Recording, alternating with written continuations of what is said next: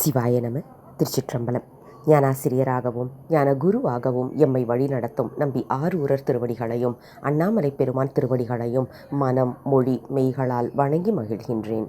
இன்றைய ஞான சிந்தனையில் சொக்கநாத வெண்பா என்ற அற்புதமான நூலில் இருந்து 86வது பாடலை சிந்திப்பதற்கு திருவருளும் குருவருளும் கூட்டியுள்ளது. 86வது பாடல். நின் பாடல் என்று நினைப்பாடல் அன்றியே என் பாடல் எங்கே இறைவனே.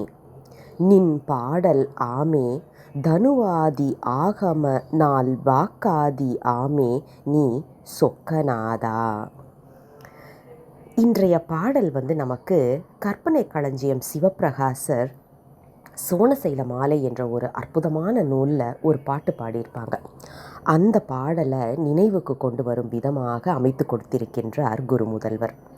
அதாவது சோனசைல மாலையில் என்ன சொல்லுவாருன்னா, சாமி நீ ஒரு பக்கம் உன்னுடைய அந்த மானை காது கிட்ட வச்சிருக்கிற. அப்போ மான் எப்படி கத்துங்கிறது நமக்கு தெரியும், அது இனிமையாகவே இருக்காது.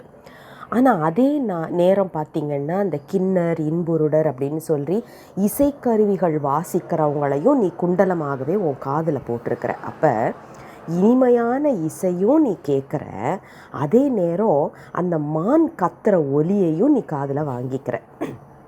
அப்போது உனக்கு இது நல்லது இது கெட்டது, இது நல்ல சத்தம் அது நல்லா இல்லாத சத்தம் அப்படிங்கிற பாகுபாடு உனக்கு இல்லை இல்லையா.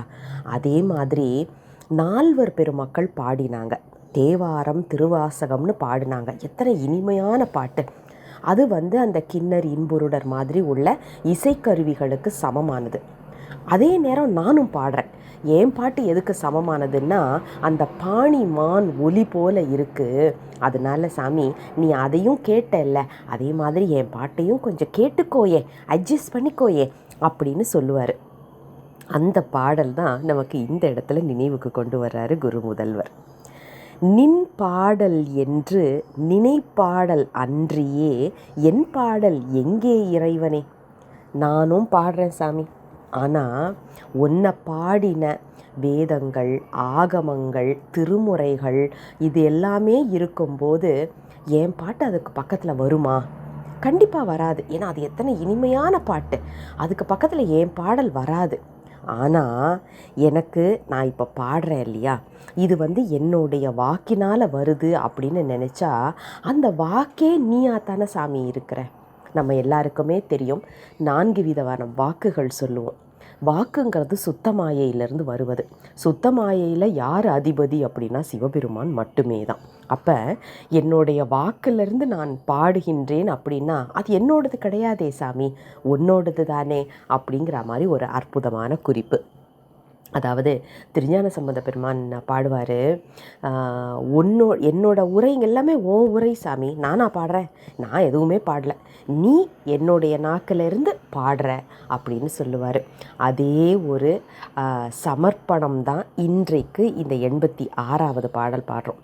நின் பாடல் ஆமே தனுவாதி ஆகம நாள் வாக்கு ஆதியாமே நீ சொக்கநாதா. இந்த 4 வகை வாக்கு சொல்கிறோம் இல்லையா, அந்த 4 வகை வாக்கோ நீ தானே சாமி. நான் ஏதாவது அதில் பண்ணுறேனா அப்படின்னா இல்லையே. இதுதான் 86வது பாடல் நமக்கு அற்புதமாக சொல்லி அருள் செய்கின்றது. அப்போ என்ன அர்த்தம்னா சரணாகதி தத்துவம். சாமிக்கு பாகுபாடு கிடையாது, நாம் தான் பாகுபாடு பார்க்குறோம். ஆனால் சாமிக்கு இருக்குதான்னா கிடையாது.